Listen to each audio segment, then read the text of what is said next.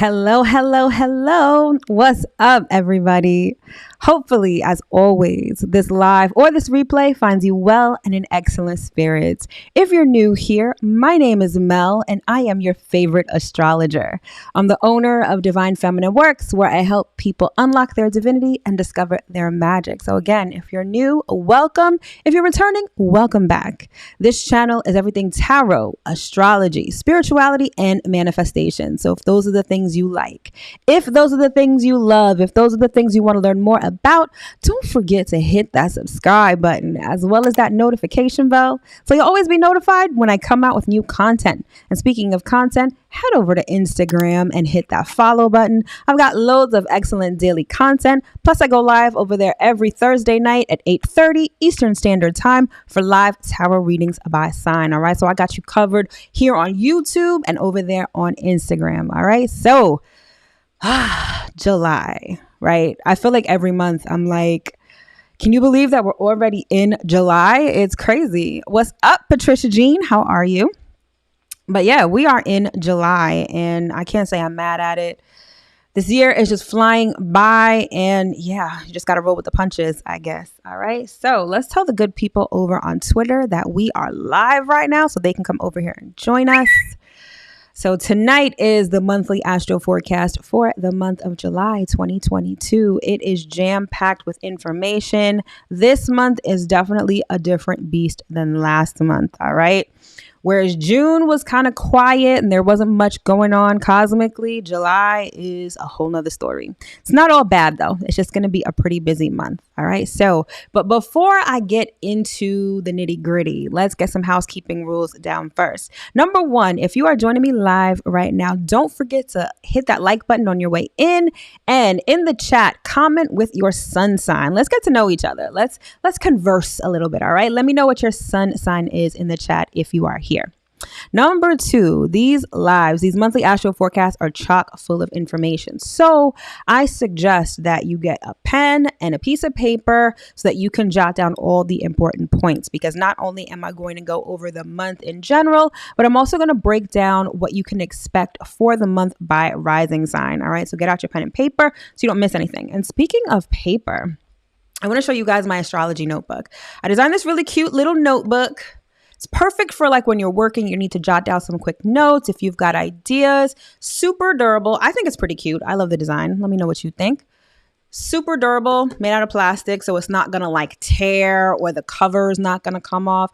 Natty, you are a sun in Virgo. So am I. All right. And one thing I have to say, like this time of year, I start getting ready for Virgo season. So let me know if you're the same, Natty. All right. So yes, if you like this notebook, it comes with a cute little quote, nice little astrology quote on the inside, plus on the inside back cover. It's got a nice little design.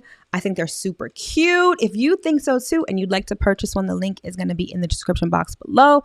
You can also check out all of the other wonderful things I have on my site, like luxury candles. I got different types of notebooks and all of my services, like my astrology reports and all that good stuff. All right. All of those links are going to be in the description box below. All right. And so last housekeeping rule is that these lives tend to be super long. OK, like going on 2 hours. And if you are like an Aquarius rising, Pisces rising, your sign isn't going to come up for a while. So what I've done is anytime I'm changing signs, you're going to hear this. As soon as you hear that, you'll know that I've changed signs, and that's your cue to listen up. All right. So, and the last thing I'm going to do is talk about one of my favorite things. This is my astrology basics cheat sheet. So if you are new to astrology, or even if you started studying astrology and you need a refresher, I've created this 11-page PDF document that gives you the quick and dirty on everything you need to know to start studying astrology. So it gives you the planets, the houses, the signs, and the aspects. Gives you a nice little summary so you can start remembering what everything means, because trust and believe, astrology it's a science. So there's a lot to remember, a lot to take in. So I've created a little cheat sheet for you guys so that you guys can sort of learn what's going on and start studying. So if you're interested in that, it's a free download. All you need to do is provide your email address. The link is going to be in the description box below. All right. So without further ado, let's get into the astrology. All right. So Let's see what we have going on generally for the month. All right. So we have Mercury, the planet of communication, moving into the sign of Cancer. Thereafter, we have Mars, the planet of confrontation and war, moving into solid Taurus. Then we have the full moon of the month, which is going down in the sign of Capricorn. We've got Venus, the planet of love and money, moving into the sign of Cancer as well. The Mercury is going to shift again into Leo. Then we have the Sun moving into the sign of Leo, marking Leo season. And then we close out the month with a new moon in the sign of Leo, plus Jupiter going retrograde. All right. So let's start breaking things down one by one. All right. So like I alluded to before, July is definitely a different beast than June. June was very quiet, astrologically speaking. So what makes a month quiet or not depends on the amount of transits. So to give you a quick overview of what transits are, it's when planets are in aspect to each other. Think of it as planets having a conversation. Let's say you have a huge dining room table and each planet has a seat at that table. Depending on where the planets are sitting in relation to each other, they're able to have conversations. Like if I were sitting right across the table from you, it would be easy for us to have a conversation. It would also be easy for us to have a conversation if we were sitting next to each other. Even if we were sitting at like a 45-degree angle or even a 60-degree angle, we'd still be able to have a fairly good conversation. So what happened in June was that the planets were sitting around the table, but the way that they were configured made it hard for them to talk to each other. It's like they were in weird angles, so there wasn't much conversation going on, hence why the month was kind of slow, or not slow, but the month was kind of quiet in terms of aspects and things like that.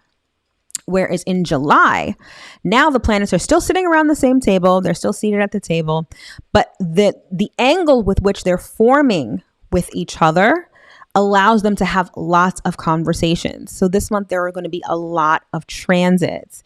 So transits typically mean that a certain part of our lives are going to be highlighted. Certain energies are going to be felt strongly. So that's what makes a month either busy or not so busy. And like I said before, July is definitely a busy month. Okay. Good thing is we don't have any eclipses. We're out of eclipse season for now. We're leaving that kind of astrology alone until the fall, but we do have another planet going retrograde. So by the end of the month, we will have 4 planets in retrograde. Pluto, that went retrograde back in April. Then we had Saturn that went retrograde back in May. We have Neptune that just went retrograde the other day in June. And then by the end of July, Jupiter will go retrograde. And I know what you may be thinking.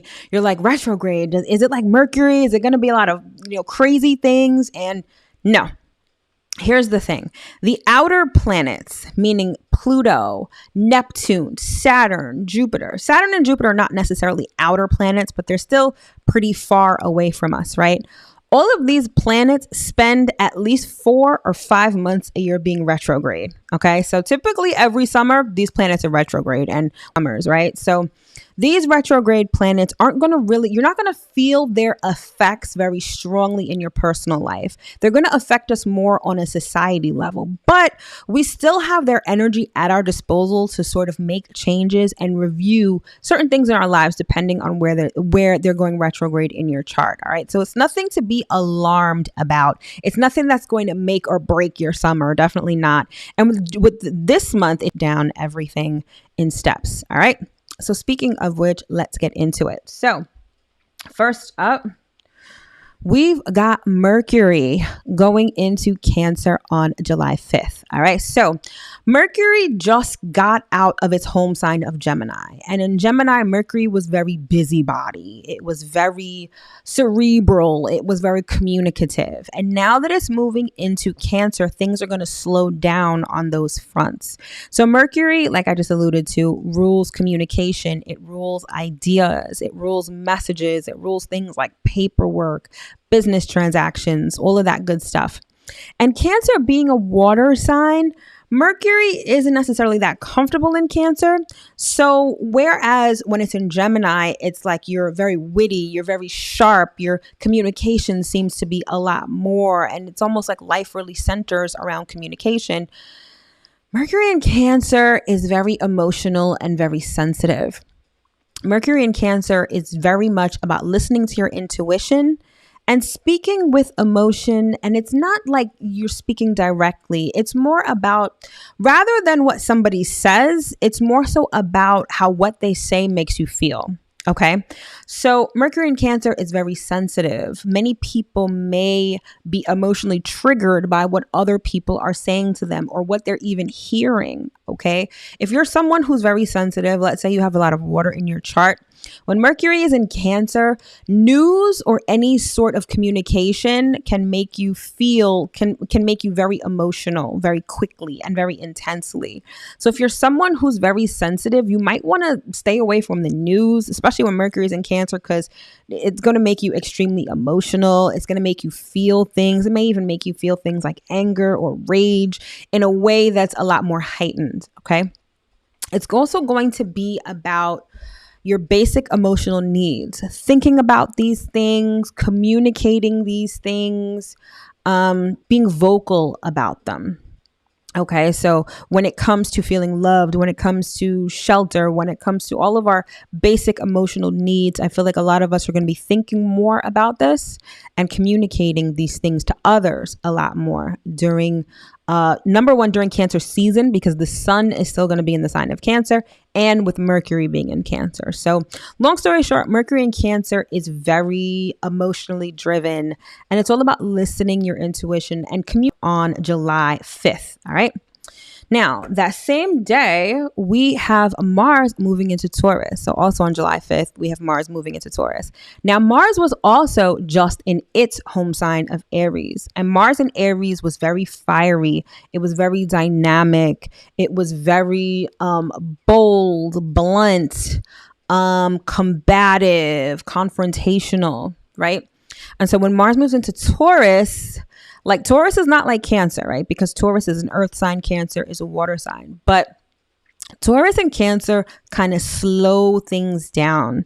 And so Mars in Taurus is very slow. Slow and steady wins the race. If you remember that story, the tortoise and the hare, right? Think of Mars in Aries as the hare and Mars in Taurus as the tortoise. So slow and steady wins the race, especially when it comes to any goals that you're trying to achieve, okay?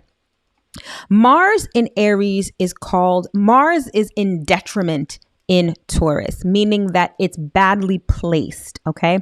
Mars, like I said, in Aries, it's its home sign. So it's naturally fiery. It's free to express itself. Whereas in Taurus, it's uncomfortable. Let me paint a picture for you. So when you're at home, right? You're comfortable. You can go to the fridge and open it. You can walk around naked. You're free to be you. Now imagine being in someone else's house, and the person whose house you're in, their way of life is very different from yours. Let's say you're a free spirit and you're very messy, right? Let's say you're in someone's house who's a complete neat freak, okay? You're going to feel uncomfortable. You feel like you can't express yourself. You can't just throw your clothes on the floor. It's almost like you're walking on eggshells, right? That is the essence of a planet being in detriment, being in a sign where it's not free to express itself and where it's uncomfortable. And again, that's exactly what Mars in Taurus is like. Now, Mars in Taurus is very stubborn. It's determined, but that can be a good thing because if you are looking to reach a goal, if you have a new goal that you're trying to achieve, again, slow and steady wins the race. But the thing is that Mars in Taurus is also like a bull seeing red, right? When a bull sees red, it goes crazy and it charges forward real angrily, right? That's how people may be with respect to something that they're resisting or something that they're defending. Because we know that Taurus is very stubborn, right? And so Mars in Taurus is going to make you stand your ground so hard and so intensely that, again, it's like that bull seeing red. Also, when you are like defending something that you really like, something that makes you feel comfortable, something that you're used to, you may come at it like a bull in a china shop. Okay. So that's something to be mindful of when Mars is in Taurus. All right. And again, the key phrase for Mars in Taurus is slow and steady wins the race. All right, so next up, we've got the full moon in Capricorn going down on July 13th. So full moons are all about illumination. It's either the culmination of something or just something being the truth of a matter being revealed, things being illuminated under the light of the moon. Okay, usually things that have been hidden for a long time and things that may elicit an emotional response from us. Okay.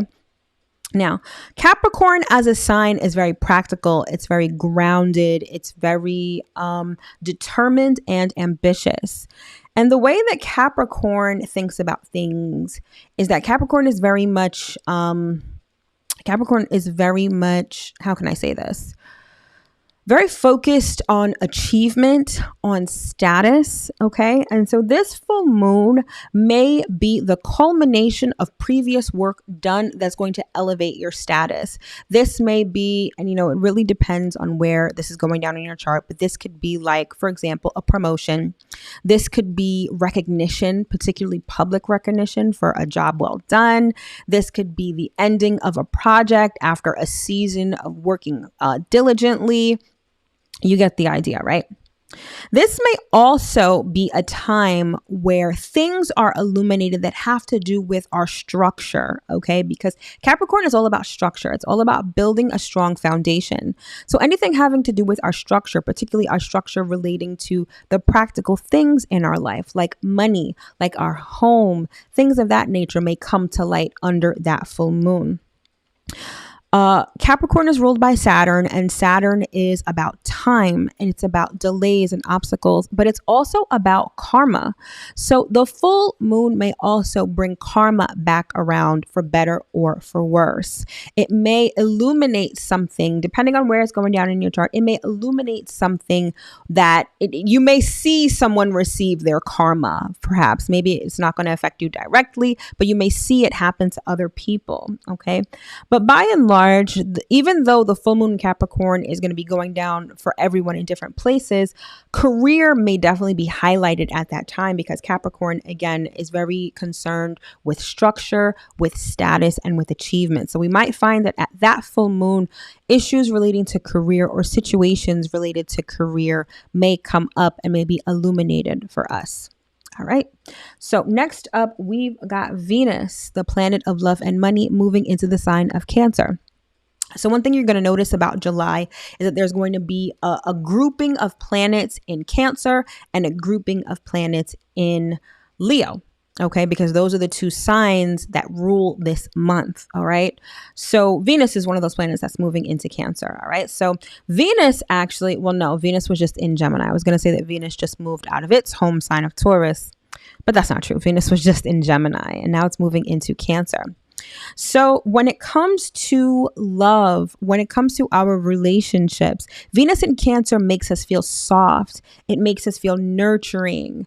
In terms of our basic emotional needs, the need to be nurtured, the need to be mothered.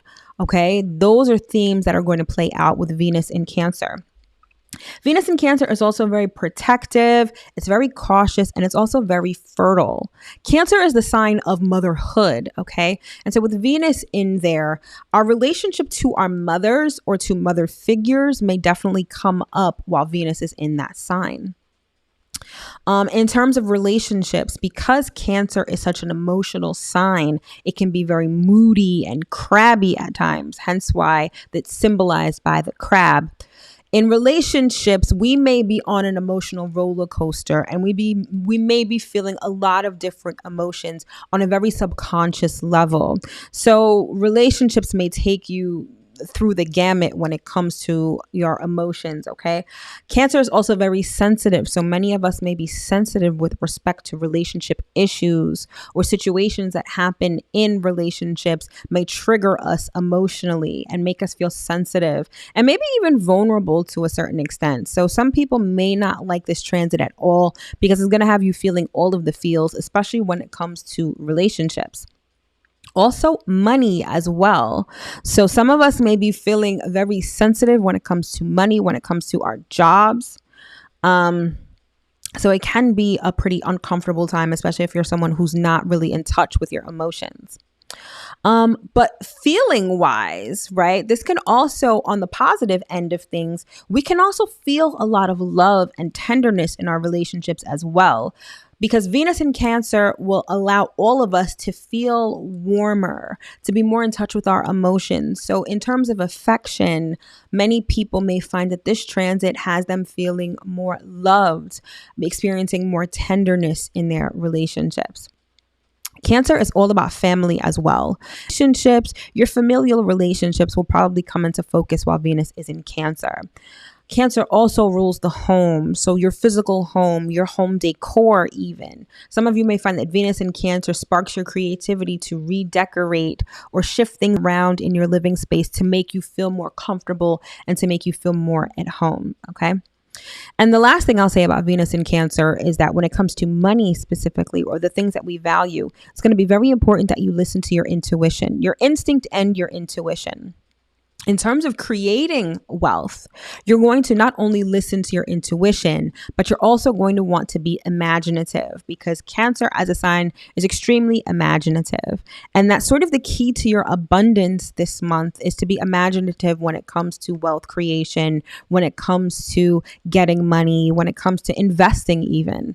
I mean, you don't want to be too imaginative, and you don't want to lead with your emotions too much, because then that can cause you to make maybe not so smart decisions when it comes to your money. But you're going to want to take those things into consideration, because the astrology will definitely support it.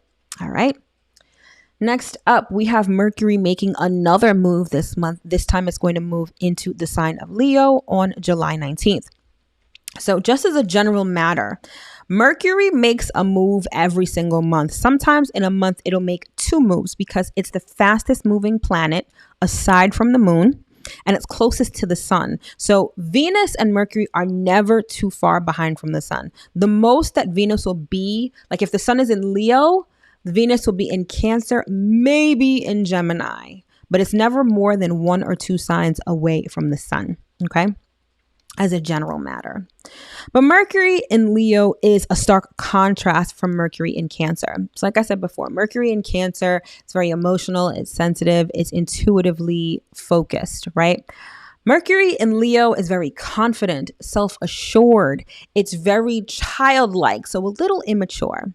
Mercury is also very prideful, and it's also very dramatic, okay? I'd say Mercury in Leo can tend to be a little superficial. Mercury in Leo is not the transit where you're going to have serious conversations with anybody. I think it's more so about having fun. It's about following your heart, and it's about being a little dramatic and being a little over the top. That's the essence of Leo, basically. So Leo is dramatic. Leo is attention seeking. I want you to think of Leo in terms of its ruling planet, which is the sun. The sun shines regardless, right? Even on a cloudy day, the sun shines. And the sun shines for everyone. You can't miss it, right? It's very in your face. You can't help but feel its energy. And that's sort of the same way that Leo operates and Leo moves in the world. And when Mercury is in Leo, our communication can be very attention seeking. It can be very, look at me, look at what I am doing. It can be a little self-centered too, right? Because everyone revolves around the sun. Everything revolves around the sun. And so Mercury in Leo is very much about look at me, look at what I'm doing, me kind of a thing. Okay. But the thing about Leo is that it's very warm and it's generous and it's heart-centered. And so a lot of our communications are going to come from our heart. This is a great way to be expressive. Mercury in Leo is about expressing yourself, particularly from your heart space.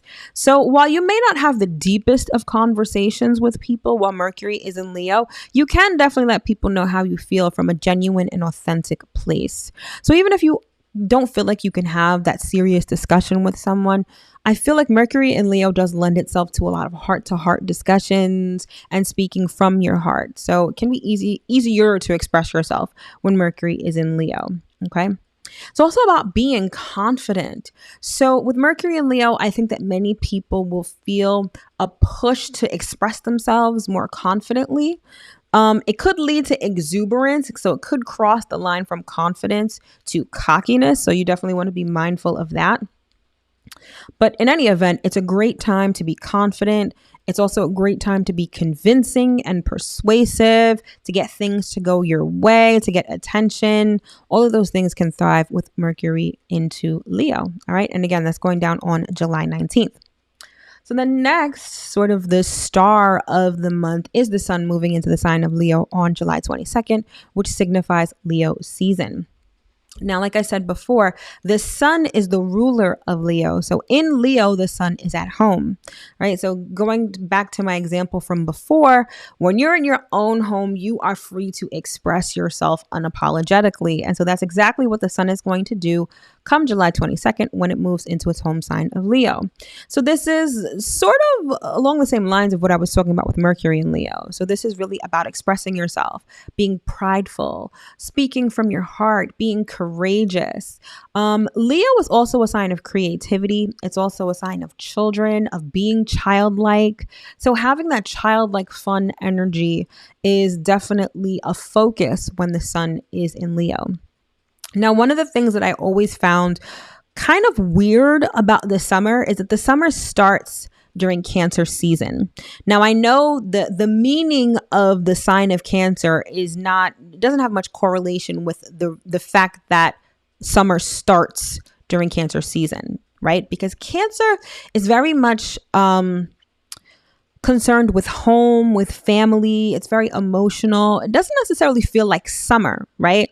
But when the sun moves into Leo, it is most definitely summer. It's that summertime feeling. It's that feeling of being out, expressing yourself, having fun, being childlike, because children are out of school during the summer. And so they're free to play. And even if you're not a child or not in school, Leo season is really a time to play. It's a time to have fun, because life can't be serious all the time. And I think that's one of the things that Leo season really teaches us is that it's okay to have a little fun. It's okay to slack off every now and then. It's not the case that we have to be working 24/7 and adulting that whole time too, right? Leo season is all about that childlike energy. Okay, it's about ego. It's about confidence. All right. It's about following your heart. Leo also is creative, like I was saying before. It also rules romance. So Leo season is really a great time, especially with Mercury in Leo as well, for dating and meeting new people and experiencing romance. All right. Again, it's not the kind of dating where you would necessarily be meeting your future husband or your future wife. I mean, I'm just going by the astrology. I'm not saying what could happen for you personally, but when dating, when the sun is in Leo, it's very fun. It's very entertaining. It's very summertime fling kind of energy. All right. And if that's what you're looking for, then once the sun moves into Leo, you got the green light for that. So it's a good time. It's definitely the essence of summer. That's what I would wrap up with saying about the sun in Leo. It's the essence of summer. All right. So next up, we've got the new moon in Leo on July 28th, and that is how we close out the month. All right. So the new moon is all about new beginnings. It's about planting new seeds. And in the sign of Leo, this is going to be planting seeds that we are very passionate about and that come from our heart, right? It's a great new moon for creative endeavors. It's a great new moon regarding anything with children, whether it's conceiving, whether it's adopting, whether it's, doing projects with your kids. It's a great new moon for that. It's also a great new moon to express yourself. Okay. So in any way, shape, or form that you want to express yourself, or you want to start some sort of project that is an expression of yourself, you're going to want to do it at the new moon in Leo because it's going to be perfect for that. It's also great for entertainment and sports. So if you're looking to start anything in those arenas, you want to plant those seeds at the new moon. Okay. But by and large, that new moon is all about expressing yourself, but doing it from a heart-centered place. So anything that you truly desire, anything that makes your heart sing, you're going to want to plant those seeds at the new moon because it's going to be perfect for that. And then finally, the last thing that we have for the month is Jupiter going retrograde in Aries. So like I said, Jupiter is going to join the list of the 3 other planets that are currently retrograde, namely Pluto, Saturn, and Neptune. All right. So Jupiter retrograde, I'm not going to say it's hard to pin down what it really means, But it's by and large, it's a pretty positive sort of thing, okay? So anytime a planet is retrograde, its energy is directed inward as opposed to being outwardly expressed. It also means that whatever governs that, whatever energy, whatever themes that planet governs, it's sort of reversed, okay? That's why when Mercury is retrograde, communication and electronics usually malfunction because those are the things that Mercury governs. And so when it's retrograde, those things tend to malfunction. But more than anything else, Jupiter retrograde is about personal development because the energy of Jupiter is going to be directed inward, okay? So this is going to be reflecting on how much you've grown, okay? How you've developed yourself and sort of taking stock of what you need to grow in your life. What do you need to develop in your personal life, okay? The thing about Jupiter is that it rules spirituality and it rules beliefs. And so I believe that when Jupiter is retrograde, we sort of take stock of our personal beliefs. And are those beliefs really in line with our personal truth, right? It's sort of going over our beliefs and going over, the stories that we tell ourselves with respect to ourselves, the people around us, the world at large, and sort of assessing whether those things are in line with our authentic selves.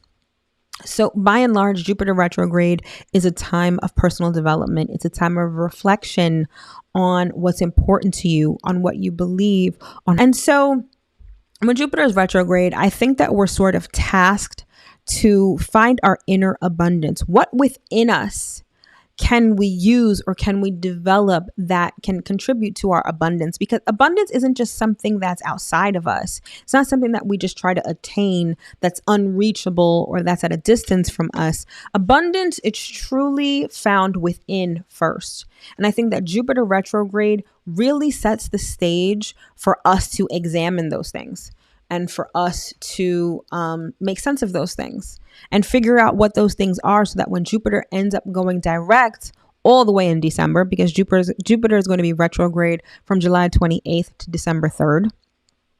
So when Jupiter is retrograde, we are tasked to find our inner abundance so that when it goes direct, we can implement those things and that inner abundance can then appear outside of us. All right. So Jupiter retrograde is by and large pretty nice. It's not anything remotely close to Mercury retrograde or even like a Venus retrograde. It's kind of nice. And to be honest, we've been dealing with this for millennia. Like I said, we've got 4 planets retrograde and pretty much every summer these planets are retrograde and most of us have not noticed. So don't expect much from Jupiter retrograde in terms of like your world turning upside down, but you do want to use the energy to make positive strides in terms of personal development and abundance. All right. So that's what we got going on for the month generally. So now I'm going to get into the signs specifically and let you know what is going on there. So as always, I do these by rising sign. And if you're not familiar with what your rising sign is, you should go to a site like astro.com. You'll need to put in your birth time, date, and location. It'll generate a natal chart for you, and you'll be able to figure out what your rising or ascendant sign is. The terms are interchangeable, rising or ascendant, okay? And just as a general astrology thing, anytime you read a horoscope, it's done by your rising sign. It's not really done by your sun sign. So it really behooves you to know what your rising sign is, all right? So again, I do these by rising sign. You will hear this sound when I change signs. So yeah, let's get into it. Oh, and just one more thing. So I basically the breakdown for each sign is that I let you know what areas of life are going to be affected during this month. Now, it's just a general overview. It's not terribly specific, and it's also not in like chronological order in terms of date. So anything that I'm talking about is going to be just a general overview, but I do it in order of house. So let's say, there are 12 houses in the astrological chart. So let's say you have houses 4, 5, and 6 that are highlighted this month. I'm going to talk about them in 4, 5, and 6, not necessarily when this is going to happen on this date or when that is going to happen on that date. All right. So hopefully that's pretty clear. All right. So without further ado, let's get into the first one, which is going to be Aries. All right, Aries rising. So for you, July is going to have the following areas of life highlighted.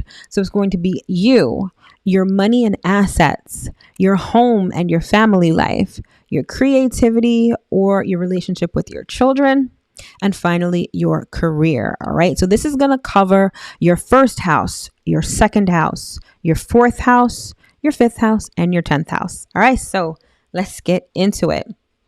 All right, Aries. So first, your first house of self is going to be highlighted by Jupiter retrograde. So the first house of self sounds exactly like what it is. It covers yourself. It covers your physical body, your physical appearance, your outlook on life, your attitude, the way that you think about things. All of that is covered by the first house. And so with the Jupiter retrograde in your first house, this is going to be you reflecting on your personal development, whether it's the personal development of your physical body, whether it's the personal development of your mind, whether it's the personal development of your outlook or your personal beliefs. All of these things are going to be things that you reflect on when Jupiter is retrograde. All right. The next, we have an emphasis on your second house of money and material possessions, and that is going to be highlighted by Mars when it transits into Taurus. So this is going to be about starting new money-making projects. It's going to be about setting new financial goals. But again, slow and steady wins the race. The seed that you plant today is not going to bear fruit on the same day. All right. So you're going to want to look for long-term and stable investments. If you're looking to put your money someplace, you're going to want to look into things where you can save your money and it gets a high rate of interest. You're going to want to stick to something that's going to be stable, that's not going to fluctuate too much. I would have to say Mars in Taurus in terms of money. I wouldn't necessarily do the whole crypto thing because as volatile as it is right now, you're going to be like a bull in a china shop if you put your money in there. It's just my opinion, but that's sort of what the astrology sort of supports.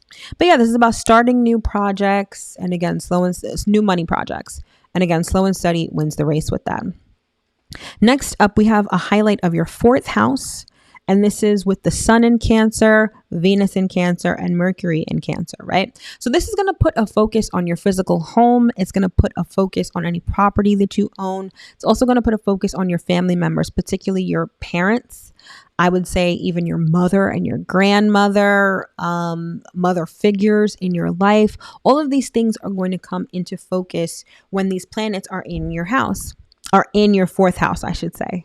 And speaking of house, this would be particularly the first half of the month while the sun is in Cancer would be a great time to do any home improvement projects, any redecorating, any sort of things like that. You would definitely want to do that while the sun is in Cancer. In terms of purchasing property or anything like that, with the sun in Cancer, you're going to have, I feel like you're going to be very emotional and sensitive about it. So it might not be the best place in which to make important decisions. Although if you find that you are a person that is emotionally driven, then this would be a great time to do those kind of things. All right. It's also going to have a focus on comfort, what makes you feel comfortable, what makes you feel loved and secured. I feel like those are also going to be playing a major role in your life this month. Next up, we have an emphasis on your fifth house of self-expression when the sun, Mercury, and the new moon are all occurring in the sign of Leo. So this is going to be a focus on creativity. It's going to be a focus on children. It's also going to be a focus on romance and having fun, particularly with the new moon in your fifth house. If you're looking to start anything new with children, whether you're looking to conceive, whether you're looking to adopt, whether you're looking to do a new project with your kids, the new moon is going to be great for that. If you're looking to start a creative project, you're going to want to plant those seeds at the new moon as well. But definitely the second half of the month for you, Aries, is going to be about having fun, being childlike, and following your heart. And then finally, we have an emphasis on your 10th house of career and public life with the full moon in Capricorn happening on the 13th. So this is going to be the dichotomy between your public life and your private life. Okay. So at the full moon, those two areas, or the balance or imbalance in those two areas, is going to come to life. Your career, your reputation, your social standing are going to be highlighted. So definitely during the middle of the month, you're going to see a lot of activity there. It's going to be a balance between your private life and your public life. Which are you giving more attention to? Which are you neglecting? And what can you do to restore balance along that axis in your life? All right. So that is Aries. It's the first one down for the night. So next up, we've got Taurus rising, my favorite. I'm not biased. I'm just a Taurus rising. All right. So the areas of focus for you this month is your 12th house of the unknown, the first house of self, which covers you, your third house of ideas and conversations, your fourth house of home and family, and your ninth house of spirituality. All right. So let's get into it. All right, Taurus. So Jupiter retrograde is going to highlight your 12th house of the unknown. So remember before when I said that Jupiter covers your beliefs, right? So with the 12th house being a house of faith and spirituality, I feel like when Jupiter is retrograde, you guys are really going to be thinking about your inner beliefs, the inner story that you tell yourself. Do the stories that you tell yourself match how you feel about yourself, how you truly feel about yourself, how you feel about others, and how you feel about the world? When it comes to religion and things like that, what beliefs are serving you and what beliefs aren't serving you? Jupiter retrograde is going to ask these questions of you. And while Jupiter is retrograde, I think that you guys are going to be reflecting on those answers.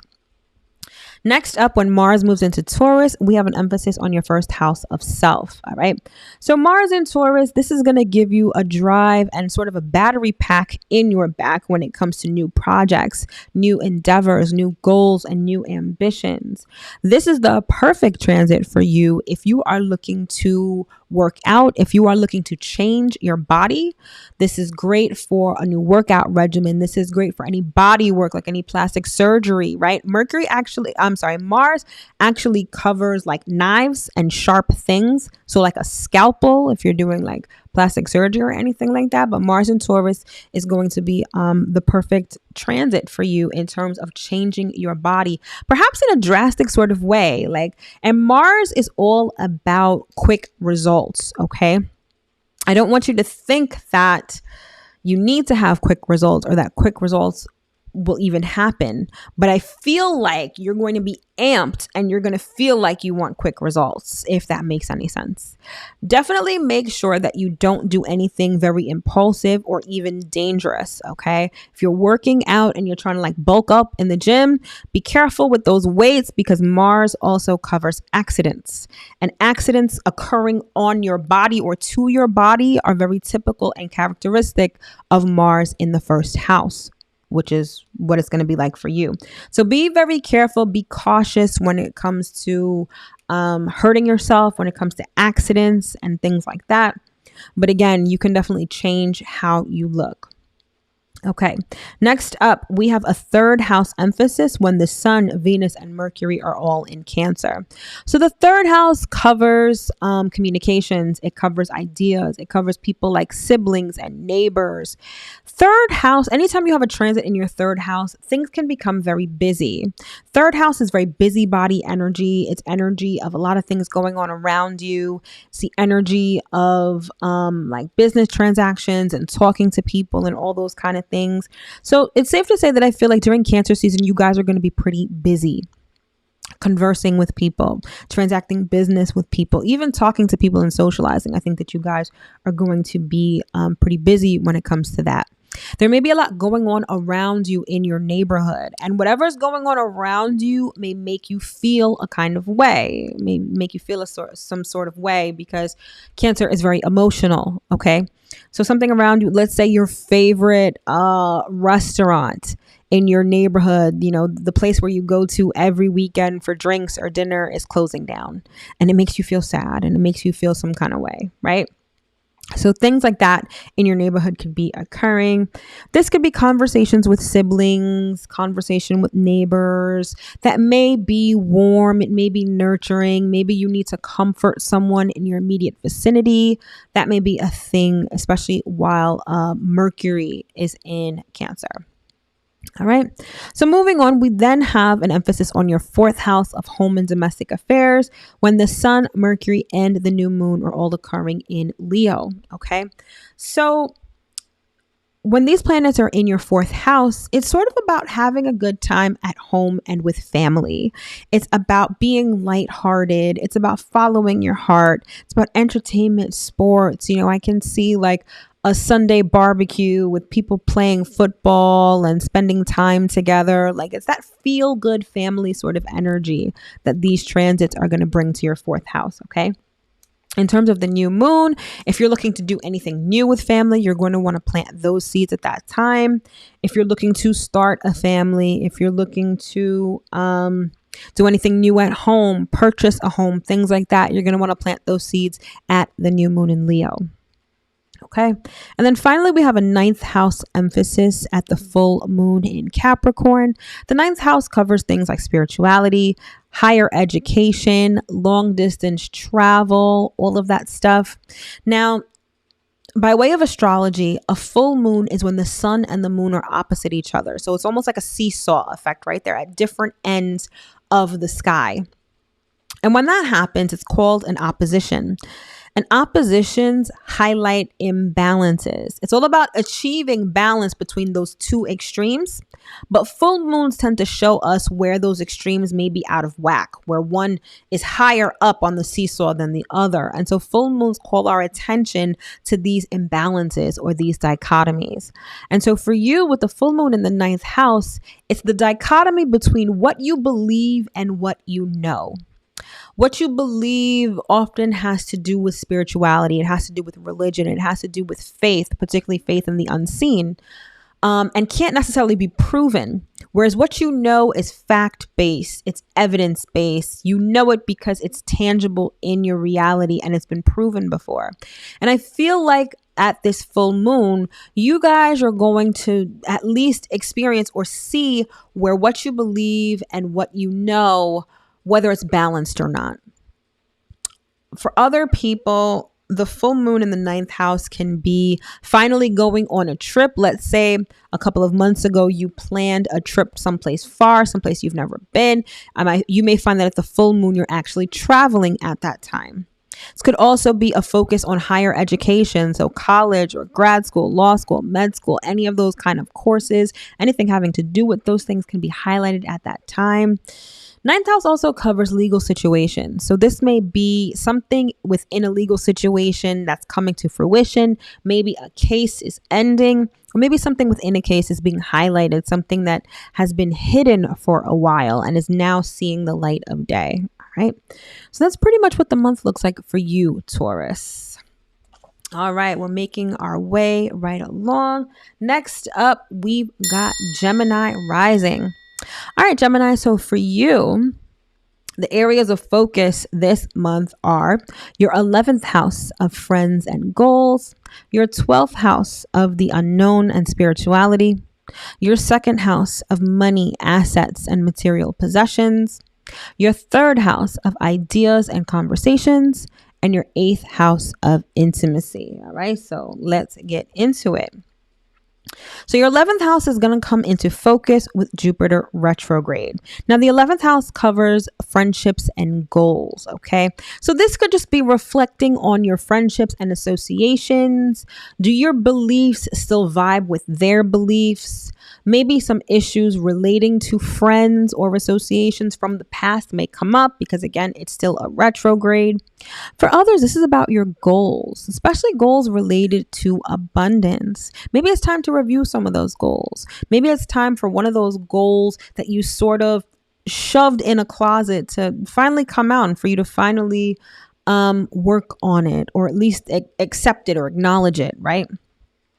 This could also be developing friendships or issues related to friendship may be coming back up for review. So issues like loyalty. Loyalty is usually a big one in friendships, but any of those sort of issues as it relates to friendships may be coming back around for review with Jupiter retrograde.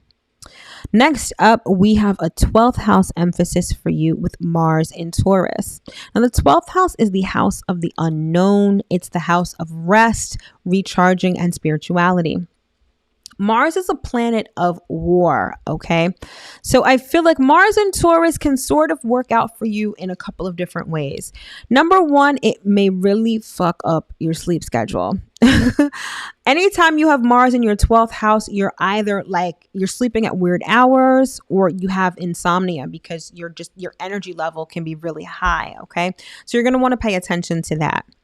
Number two, your dream state may be very active, and this could lend itself to nightmares, okay? Because Mars is all about conflict. And when we're in the dream state, our subconscious comes alive. And if your subconscious or your spirit or your soul is troubled, that may come out and play out in your dream state, hence nightmares. So regardless, I feel like when Mars is in Taurus, your sleep schedule is going to be a little, wonky. Okay. It's also about spirit guides, okay? And I find that when you have a Mars transit in your 12th house, it can be like your spiritual team fighting battles for you, like battles you know nothing about, okay? It's like you don't even have to do anything. It doesn't even come into your field of vision. It's just your spirit team is on overdrive fighting battles for you, okay? So that may be something that you may be experiencing when Mars is in Taurus, okay? This is also starting spiritual projects, okay? So if you are looking to start a spiritual business, if you have some spiritual goals that you're looking to achieve, Mars and Taurus will help you do that. But always remember, Mars and Taurus, the phrase that pays is slow and steady wins the race. So it's not about racing to the finish line. It's not about trying to get immediate results. It's about plodding along diligently and eventually making it to your goal, okay? Next up, during Cancer season, when the Sun, Venus, and Mercury are in Cancer, these are going to highlight your second house of money and material possessions. Okay. So the second house also covers things that we value. And with Cancer being a sign of our basic emotional needs, the value that you place on your emotional needs and what they mean to you may be highlighted at that time. So things like security, right? Especially security. With the second house ruling money, your feeling of security, the money that you have in the bank, the home that you own or that you rent or whatever, how those things make you feel may be intensified or may be focused on while those three planets are in your second house. With Mercury in your second house, this is transacting a lot of business. This is talks about money, thinking about money. So safe to say, I feel like at least during the first half of the month, you guys are really going to have money on the brain, but it's also going to be how you feel about money. How does it make you feel? Does the money that you're making contribute to a sense of comfort, contribute to a sense of security within you? Again, I think that theme is going to be highlighted. All right. Next up, we have a focus on your third house when the Sun, Mercury, and the new moon are all in the sign of Leo. So this is going to be Leo season for you is going to be very busy. It's going to be full of socializing. It's going to be full of conversations. And these are going to be things that are going to be fun and lighthearted. Business transactions, all of those things are going to take on a more childlike, fun sort of nature when, all of those planets move into the sign of Leo. In terms of the new moon, you're going to want to focus on planting seeds related to business transactions, related to projects in your community, projects in your neighborhood, anything that you want to start with siblings or extended family members. You're going to want to plant those seeds at the new moon. The third house is also great for technical skills. So if you're looking to learn something technical, let's say like product photography or basket weaving or anything like that, anything super specific, you're going to want to start that at the new moon because it's perfect for that. All right. And then finally, we have an emphasis on your 8th house of intimacy and shared resources at the full moon in Capricorn on the 13th. So the axis that full moon is going to highlight is the axis between their money and your money that belongs to other people. So this could be money from a partner, whether business or personal. This could be money from the bank. This could be a mortgage. This could be an inheritance, right? Those all fall into the bucket of their money. Whereas the second house, which is opposite from the eighth house, is your money, your assets, all of the things that belong to you. All right. And so are you too independent where you don't rely on anyone else's money? Or are you codependent where you rely on everyone else's money but your own? I feel like the full moon is going to sort of highlight that balance or imbalance. Okay. There's also going to be a focus on things like intimacy and sex, things like debt, shared money, and just a general transformation from the inside out. Okay. So the eighth house it's a mysterious house. Not only does it cover things that don't seem to go together, like intimacy and shared resources, but it also covers things that are mysterious. Okay. So I feel like at the full moon, you guys may uncover a secret, or a secret that pertains to you may be uncovered. All right. So just keep that in mind if you're trying to hide something. If you've buried a body somewhere, the full moon may definitely bring that shit back up. All right. So I'm just letting you know. All right, Gemini. So that's you for July. So now let's move on to Cancer. All right, Cancer, first and foremost, happy birthday, because it is your season. I truly hope and affirm that this new revolution around the sun is full of abundance, great health, wealth, and everything that your heart truly desires. All right. It's your season still. Live it up, turn up, and live it out to the fullest. All right. So you guys, for July, these are the areas of life that are in focus for you. You've got the 10th house of career, the 11th house of friendship and goals, the first house that covers you, the second house of money and assets, and your 7th house of relationships. All right, so let's get into it. So when Jupiter's retrograde, you guys have an emphasis on your 10th house of career and public life. So this is about your development in terms of your career, in terms of your public life, in terms of your social standing and your reputation. How far have you come? Have you grown at all? I feel like Jupiter retrograde is going to have you examine that. And I think it's just going to be a time where you really examine your career, where you examine your growth within your career. If you are a business owner, then this is going to be the growth that you've experienced in your company, in your career trajectory. I feel like all those things are going to come into play when Jupiter is retrograde. Then you guys have a focus on your 11th house of friends and goals when Mars moves into the sign of Taurus. And so for you, this is going to be about new friendships and associations, making new friends, finding like-minded people with whom you can converse and with whom you can commune. This is also about having strong goals and ambitions and being very resolute in those goals. Remember I said before during the month overview, Mars and Taurus, when it comes to defending something that you're comfortable with or that you're used to, that's like the bull seeing red, really ready to charge at anyone who tries to push them out of their comfort zone. And I feel like you guys are going to be the same way when it comes to your goals and your ambitions. I feel like no one's going to be able to sway you from not trying to achieve them or try to convince you otherwise. I think that you guys are going to be very stubborn and resolute in what you're trying to achieve. Okay. Then with the Sun, Venus, and Mercury in Cancer, this is going to highlight your first house of self. And this is your solar return. If you are a Cancer sun, right? If you are a Cancer rising, you could have your birthday any other day, but you just happen to be born at the time of day when Cancer was on the horizon. But that's a whole nother story for another video. All right. Stay tuned because I'm actually going to be doing some videos on how to read your natal chart. All right. But regardless, Cancer, when you have Sun, Venus, and Mercury in your first house, this is all about you. So it's all about how you look, your outlook, your thoughts, and your ideas. One of the best transits, in my opinion, to have is when Venus is in your first house. Because when it's in your first house, you're more attractive, you're more magnetic, you're more alluring, like people turn their heads to look at you. It's also one of the great transits to get any work done. You know, I think I said for one of the other signs before when they had Mars in their first house, that's great for like exercise, right? Physical, anything you do to your body physically in terms of working out or losing weight or gaining weight, Mars in your first house is great. But when you've got Venus in your first house, this is the transit for plastic surgery. Okay. This is when, provided that Venus is not retrograde, but when Venus is in your first house, get plastic surgery, get new clothes, cut your hair, because you have this magnetism and this allure about you that's just undeniable. And I love that it coincides usually with our birthdays, right? Well, yes. A lot of times it can.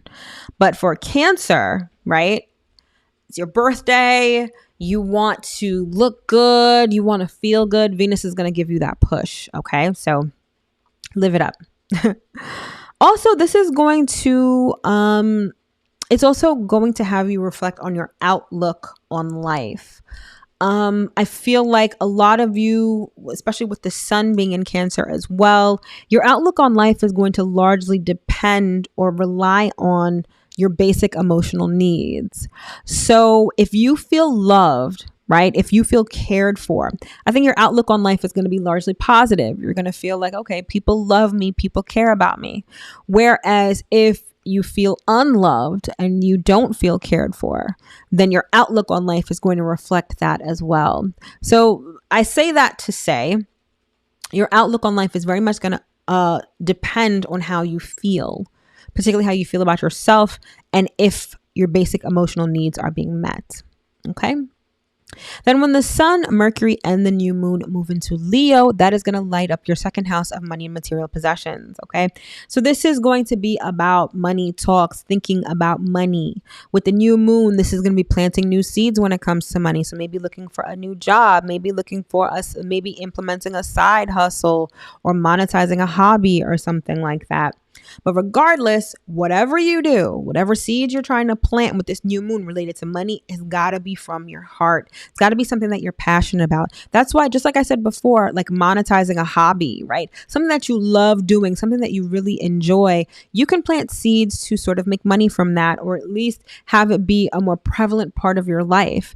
Anything that you value, anything that makes your heart sing, you're going to want to plant seeds of those at the new moon in Leo. Okay. And then finally, you have an emphasis on your seventh house of relationships during the full moon in Capricorn mid-month. Okay. So the axis that's going to be highlighted for you is your relationships versus you. And which are you giving more attention to? Are you all about yourself? Are you self-centered? And are your relationships neglected because of it?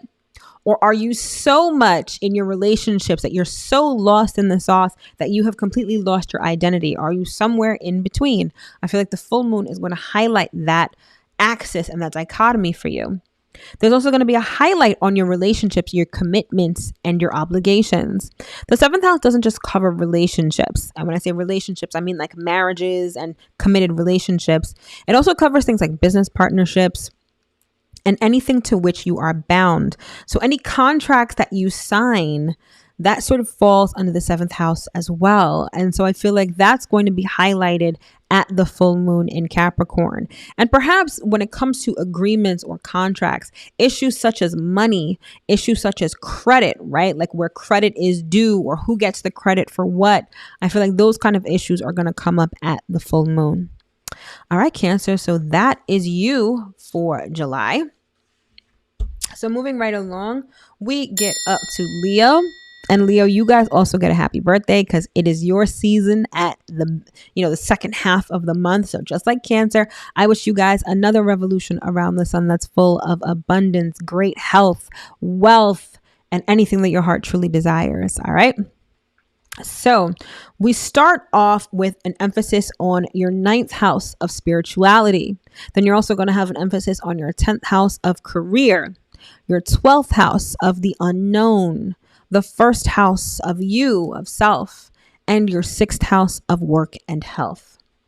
All right. So first, we have an emphasis on your 9th house of spirituality when Jupiter goes retrograde. So when Jupiter goes retrograde, your beliefs and your spirituality are going to come into question. And these are going to be the things that you're going to review. Your religious beliefs, your spiritual beliefs, all of those things may be up for review.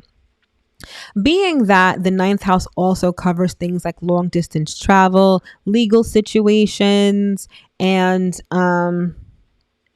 upper level education. Sorry, I lost my train of thought for a second. Any of those things from the past may come back around. So if you had a legal situation from the past, it may come back around. Coursework, anything like that can come back around. You can also have a trip or someplace that you've visited before. Something may surround that or involve that. You sort of get the idea. But by and large, I feel like Jupiter retrograde is going to be a time where you're reevaluating your spirituality and reevaluating your beliefs. What do you believe in? Who do you believe in? And do your beliefs really match who you really are? I feel like Jupiter retrograde is definitely going to ask those questions of you. The next up, we have an emphasis on your 10th house of career and public life when Mars moves into Taurus. All right. And so this is going to be new career goals that you are just going to be super stubborn about. This could be opening up a new business. Anything related to career, public life, social standing. I feel like you're going to have a lot of energy when it comes to that, a lot of motivation and drive when it comes to those things. But again, don't expect immediate results. You're going to want to put in the work and be diligent, and then you're going to see the results. Next up, we have an emphasis on your 12th house when the Sun, Venus, and Mercury are in Cancer. So the season before our solar return is always marked by rest because the sun is in your 12th house. Okay. So with that, during Cancer season, as a Leo, you guys want to chill. You guys want to relax. You guys want to recharge your batteries and get ready for your season, right? And so whenever you have the sun in your 12th house, it's a time of deep reflection. It's also a time of karma. So karma may come back to reward you or bite you in the ass. But largely, a 12th house transit is really about taking stock of where you've come from and where you're going. It's sort of like before our birthdays, you kind of think about the year that you've had, what has transpired, and then what you want to do in this new year of life for yourself, the new goals that you want to have. And that's exactly what Cancer season is like for you. This is also a time to get grounded in your spirituality, pray, meditate. You want to spend a lot of quiet time when you have 12th house transits. You want to sleep a lot because your dream state may be active and may have a lot of messages for you. You want to meditate. You want to, however you deal with source, with God or the universe, whenever you have a 12th house transit, that's sort of when you want to engage in those things. And then come Leo season, when the sun moves into the sign of Leo, it is your season, right? And then the sun moves into your first house. So there's going to be an emphasis on you, your physical body, your outlook on life come Leo season, especially when the sun and Mercury are in the sign of Leo. When the new moon occurs in Leo, you guys are going to want to implement personal goals, particularly goals that you're very passionate about, goals that represent what you truly love and come from your heart, okay? Any of those things as it pertains to your body, to your outlook, you're going to want to plant those seeds at the new moon. And then finally, the full moon in Capricorn is going to give an emphasis on your 6th house of work and health. So the axis that full moon is going to highlight is your physical body versus your spiritual body. And are you paying attention to both of them, or are you only paying attention to one of those things? The full moon is going to illuminate that whole situation so that you can finally put things back into balance. In terms of highlights at the full moon, it's going to highlight your work, like the work that you do every day, your daily routine. It's also going to highlight your health and your physical body at that time, okay? The 6th house also covers service that we provide for others. So I feel like the things that you do for other people on a daily basis are going to be highlighted at the full moon, which allows you to make changes as necessary or tweak whatever needs to be tweaked. One of the things I like about a full moon in the 6th house is that it shows you where you're being inefficient and gives you the opportunity to make changes and make little tweaks in your daily routine to be more efficient. So that may be something that comes up for you at the full moon in Capricorn. All right. So that was Leo. Next up, we've got Virgo. All right, Virgo. So for you, this month has an emphasis on your 8th house of intimacy, your 9th house of spirituality, your 11th house of friends and goals, your 12th house of the unknown, and your 5th house of creativity and children. All right, so let's get into it. All right, Virgo. So your 8th house of intimacy and shared resources is going to be highlighted when Jupiter goes retrograde. The 8th house covers intimacy, like actual intimate relations, like sex. It covers things like shared resources. So money from a partner, whether business or personal, money from a bank, like a loan, an insurance policy, an inheritance from someone who has passed away. All of those things are covered under the 8th house. And so with Jupiter retrograde, I think that you're going to be doing a lot of reflection on issues related to intimacy. Okay. Reflecting on your truth when it comes to intimacy. How do you feel about intimacy? How do you feel about sex, right? I feel like a lot of you are going to be thinking about these things when Jupiter is retrograde, okay? When it comes to your dependence on other people's money, or when it comes to other people's money in your life, I think that Jupiter retrograde is also going to have you focus on that, especially because Jupiter it governs abundance, okay? So I feel like when it comes to abundance, I think you're going to think about, do I need money from other people? Can I stand on my own 2 feet? I think those questions are going to be asked of you with Jupiter retrograde. All right. Next up, when Mars moves into Taurus, we have an emphasis on your 9th house of spirituality. Now, the 9th house also covers higher level education, long distance travel, things like philosophy, religion, and legal situations, and issues of justice as well. So with Mars in your 9th house, it's about going on new adventures, because apart from all of those things I just listed in terms of the 9th house, the 9th house is also about expanding your mind, because all of those things expand your mind in different ways. And so 9th house with Mars going into Taurus, I feel like a lot of you are you're going to feel impulsive in terms of going on an adventure. You may want to impulsively plan a trip to some place you've never been, impulsively take an upper level course. You may be very resolute in terms of your religion or a legal situation. You may want to start a legal proceeding at that time. But I feel like when Mars moves into Taurus, that's the area of life where you're going to be very like energized and motivated. So if you want to plan a trip, if you want to go someplace, definitely do it while Mars is in Taurus. If you're looking to be bold and start some sort of legal proceeding, definitely do that when Mars enters Taurus. Okay. But regardless, you're going to have this like battery in your back when it comes to experiencing life and expanding your mind. Okay. So that's what you have to look forward to when Mars moves into Taurus. Then when the Sun, Venus, and Mercury are in Cancer, they are going to highlight your 11th house of friendship and goals. So during Cancer season, you may find that your associations and your friendships take on a lot more of a tender and loving nature. I think that some of you may find that you've got friends that feel more like family. And I feel like they are going to be highlighted when during Cancer season, when the Sun is in Cancer, when Venus is in Cancer, and when Mercury is in Cancer. It's going to be a great time for networking and talking to people, especially people that share the same ideas as you. I feel like everyone's going to be on the same page and everyone's going to be coming from the same emotional space as well. Let's see, what else can I say about the 11th house here? Okay, when it comes to goals, I think you're going to be emotionally driven when it comes to your goals. I don't think it's necessarily a time for you to think of a master plan. I feel like it's time to address your emotional needs, your basic emotional needs, and see where do your goals and ambitions align with those things. What goals can you establish that make you feel loved, that make you feel secure, that make you feel protected? I think like that's where your mindset is going to be during Cancer season.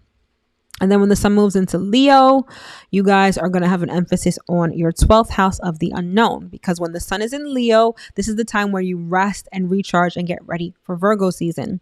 So during that time, I feel like you guys are going to be resting, recharging, sort of hanging back a little bit and not being like out there so much. This is the time to take stock of the past year. This is the time to think about the year ahead and just, again, rest, like probably get more sleep. Your dream state may be active, praying, meditating, all of that good stuff. I feel like you're going to be doing a lot of that when the Sun Mercury and the new moon are in Leo. And in terms of the new moon, in terms of starting something new at the new moon, anything that is spiritual, anything that speaks to your subconscious, speaks to your soul, whatever those things may be, those are the seeds that you want to plant at the new moon. Also speak to your heart because the new moon is going to be in Leo. Okay. And then finally, we have an emphasis on your 5th house at the full moon in Capricorn. So what's going to be highlighted, the axis that's going to be highlighted at that full moon is standing out versus fitting in. The 5th house is all about self-expression. And so are you willing or able, are you comfortable standing apart from the crowd and really expressing your true authentic self? Or are you more concerned about what everyone else thinks, fitting in and not standing out? All right. I feel like the full moon is going to highlight that axis for you. With the full moon going down in your 5th house, this is going to be a time for you to have fun because the 5th house covers fun, entertainment, lighthearted energy. There's going to be a focus on creativity, on self-expression, and children. All right. So the full moon signifies a culmination of sorts, right? So anything having to do with kids, you may finally be reaching the end of something, the end of a project, the end of an era with respect to children. Something creative within you may be highlighted at the full moon. You know, all of those things are fair game for the full moon of Capricorn. All right. So that was Virgo. So we are now up to Libra. All right, Libra rising. So for July, you guys have an emphasis on your 7th house of relationships, your 8th house of intimacy, your 10th house of career, your 11th house of friendship and goals, and your 4th house of home and family. All right, so let's get into it. So when Jupiter is retrograde, you guys are going to have an emphasis on your 7th house of relationships.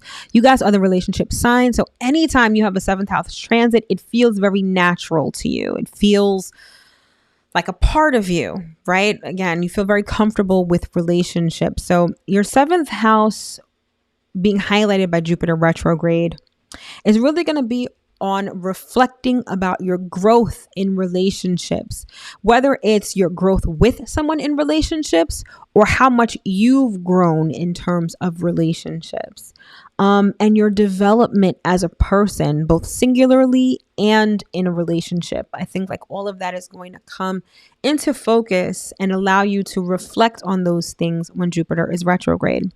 Being that Jupiter is retrograde, a relationship from the past may come back around. Not in the same way that people talk about your ex coming back during Mercury retrograde, although it can be possible with Jupiter retrograde, I think. But it's more about it. I don't necessarily see it being like a specific ex coming back.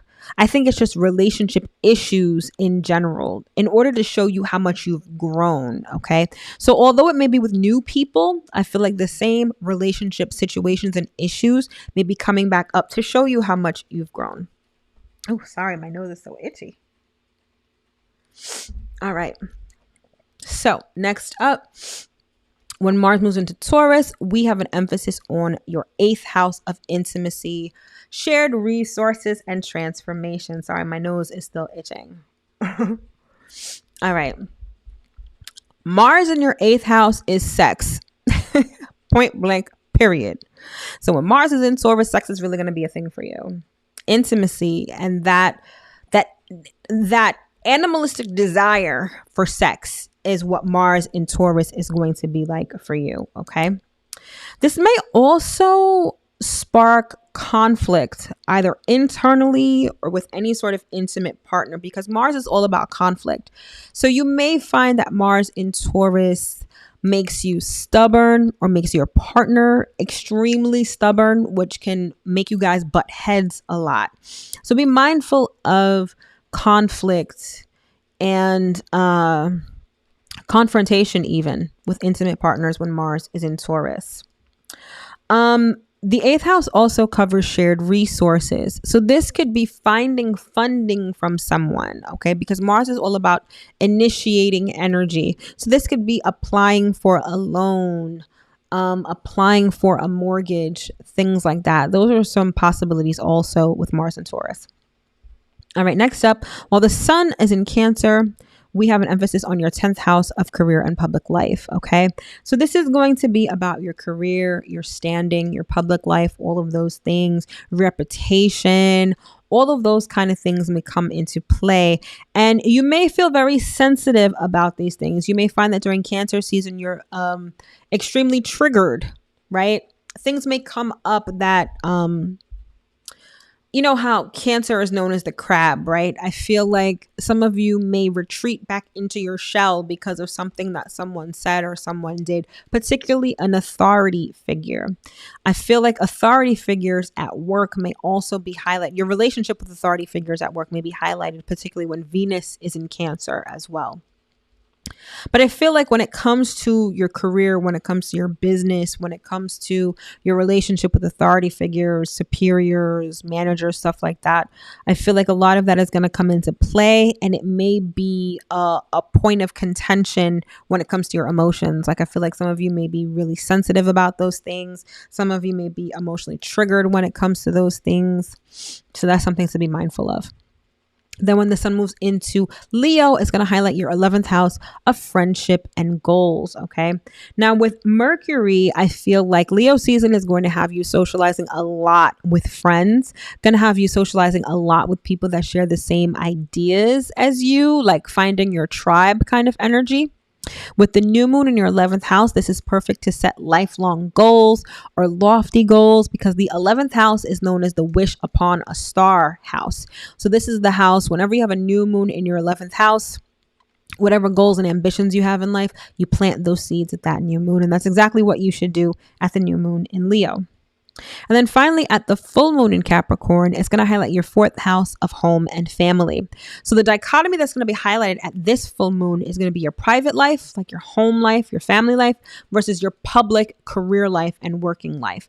And are you giving one of those a little bit too much attention? Are you neglecting one of those? I feel like the full moon is going to show you where you can sort of achieve equilibrium in those areas of your life. There's also going to be a focus on family, a focus on mother figures. So perhaps your mother or your grandmother. There could be your basic emotional needs can definitely be highlighted at that time. With the sun still being in Cancer at the time of the full moon in Capricorn, I feel like it's going to be an extremely emotional full moon for you. And it's really going to highlight your basic emotional needs and whether they're being met. Okay. All right, Libra. So that's what we have for you for July. So next up, we've got Scorpio. All right, Scorpio rising. So for you, the areas of focus this month are your 6th house of work and health, your 7th house of relationships, your 9th house of spirituality, your 10th house of career and public life, and your 3rd house of ideas and conversations. So let's get into it. All right, so when Jupiter is retrograde, it's going to highlight your 6th house of work and health. So this is going to have you reviewing how much you've grown in terms of the service that you provide for others and in terms of your physical health, okay? And I feel like it's just going to be a general time of reflection. Are you being as efficient as possible? How do you serve others? Why do you serve others? What is your belief about people and about your health? And is that belief being reflected in your outer reality? I feel like Jupiter retrograde is going to have you focusing on those things. Then when Mars moves into Taurus, you guys are going to have an emphasis on your 7th house of relationships and commitments. So this is going to be about new relationships, taking relationships to a new level. This is going to be about signing new contracts, reaching new goals with other people, new obligations to others. I feel like a lot of new energy in terms of your relationships. Okay. But with the 7th house, with Mars in your 7th house of relationships, this can also mean a lot of conflict in your relationships. Again, I'm starting to get tongue tied. Again, with Mars and Taurus, this is about being very stubborn and resolute when it comes to something. You definitely don't want to be pushed out of your comfort zone. And in your relationships, if people are trying to push you out of your comfort zone, you're like the bull seeing red. Okay, so be mindful of any of of any conflicts and confrontations in your relationships and in your contractual obligations, okay? Next up, with the Sun, Venus, and Mercury in Cancer, these are all going to light up your ninth house of spirituality. The ninth house also covers long distance travel, and it governs expanding your mind, okay, and broadening your horizons and new adventures. So I feel like this could be new adventures.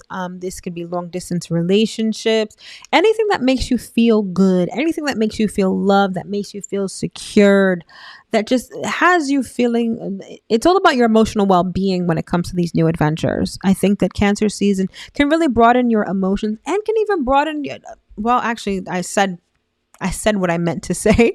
Broaden your emotions. The ninth house is about broadening your mind, okay? But I feel like you can also broaden your emotions. If you go on new experiences, if you experience different cultures, if you talk to people of different faiths and of different cultures, I think that you can benefit emotionally from that as well. All right. And then when the sun moves into the sign of Leo, it's going to highlight your 10th house of career and public affairs. So this is going to be career and public life. And one of the things about, this going down in the sign of Leo for you is that, does your career really, do you feel good about your career? Are you doing something that you love? I feel like Leo season is going to highlight that for you in a major way, okay? At the new moon in Leo, it's going to be a great time for you guys to start new work projects. If you're looking to open a business, you're going to want to plant those seeds at the new moon. If you're looking to change jobs, move up the corporate ladder, you plant those seeds at the new moon. And then finally, there's an emphasis on your third house of communication and ideas with the full moon in Capricorn. So the axis that's going to be highlighted at that full moon for you is going to be what you know versus what you believe. The third house covers technical skills and fact-based knowledge. So that's going to be highlighted. But do you rely too much on what you can see, or do you have at least some faith in the unseen? What do you believe in versus what you know? I also feel like with the full moon going down in your third house, it's going to be a busy time for you. Lots of conversations, lots of communication with people, especially people in your immediate vicinity. There's going to be a focus on your thoughts. There's going to be a focus on your knowledge and on your skills. All of that is going to be highlighted at the new moon. At the full moon, full moons in your third house, a lot of times they can signify things being completed in your neighborhood. So let's say that there was a building being built. Maybe it's completed at the full moon, or maybe there's some sort of community project that comes to a culmination at the full moon. Okay, so those are sort of the ways that full moon is going to work out for you. All right, Scorpio. So that is July in a nutshell for you. And next we move on to Sagittarius. All right, Sagittarius. So for you, the areas of focus this month are your 5th house of creativity and kids, your 6th house of work and health, your 8th house of intimacy, your 9th house of spirituality, and your 2nd house of money and assets. So let's get into it. So Jupiter retrograde is going to highlight your 5th house of creativity and children. So this is all about reflecting on your growth in terms of those things in your life, right? This may be old romance. This may be old issues with children coming back around. The 5th house also covers our inner child. So I feel like many of you are going to be reflecting on your inner child. And is your inner child being addressed? Is the world around you reflective of what your inner child believes or what your inner child wants? I feel like a lot of that is going to come up for review during Jupiter retrograde. All right. Then we have an emphasis on your 6th house of work and health when Mars moves into Taurus. I think we had a comment here. No, I have not done Capricorn. I'm actually on Sagittarius right now. So you are right on time. All right. So when Mars moves into Taurus, it's going to highlight your sixth house of work and health. So this could be new work projects, new services that you provide for clients and customers. This could also be new health regimens. All right. So this could be a new workout routine, something that you do to your body in order to start something new in terms of your health. Okay. And again, this is going to be a time where you're going to want to be cognizant of any sort of conflict that you may have with people that you work with. So coworkers, customers, clients. Mars in your sixth house can make that area of life very combative. All right. So if you are in a service-based industry in terms of the work you do on a daily basis, Mars in your sixth house can be hell for you because this is grumpy clients, grumpy customers, people fighting with you, starting fights with you at work. It could be kind of a volatile time. So you're going to want to be mindful of what you say. With the sun still in Cancer while Mars is in Taurus, I feel like a lot of you are going to be very sensitive with respect to what people say. So when it comes to work, I feel like you guys may be more likely than not to pop off on somebody because someone said something to you that rubbed you the wrong way. So regardless, when Mars is in Taurus, you guys are going to want to be very mindful of conflicts at work. All right. Then when the sun, Venus, and Mercury are in Cancer, this is going to highlight your eighth house of intimacy and shared money. I feel like intimacy is going to be a thing, obviously. But not necessarily the sexual part of it, although I think that is part of it. I think it's more so the relationship and how it makes you feel. Being loved and being accepted. Oh, I'm sorry. My nose keeps itching like crazy. All right. Being loved and accepted are some of our basic emotional needs. And I feel like when it comes to our most intimate partnerships during Cancer season, I feel like for you guys, it's going to be a major focus. Shared resources, so money from partners, money from banks, business funding, all of that stuff may also come into focus during Cancer season. You're also going to want to do a fair amount of planning, okay? With Mercury in your eighth house, Mercury covering paperwork, when it comes to things like taxes, insurance policies, wills, all of that kind of stuff, when Mercury is in your eighth house, you definitely want to take care of those things because the astrology supports it. So I feel like particularly when Mercury is in Cancer, those kind of things are either going to come into focus or you're going to want to be proactive about those things and get those things, situated. Then when the sun moves into Leo, it's going to highlight your ninth house of spirituality, higher education, and long distance travel.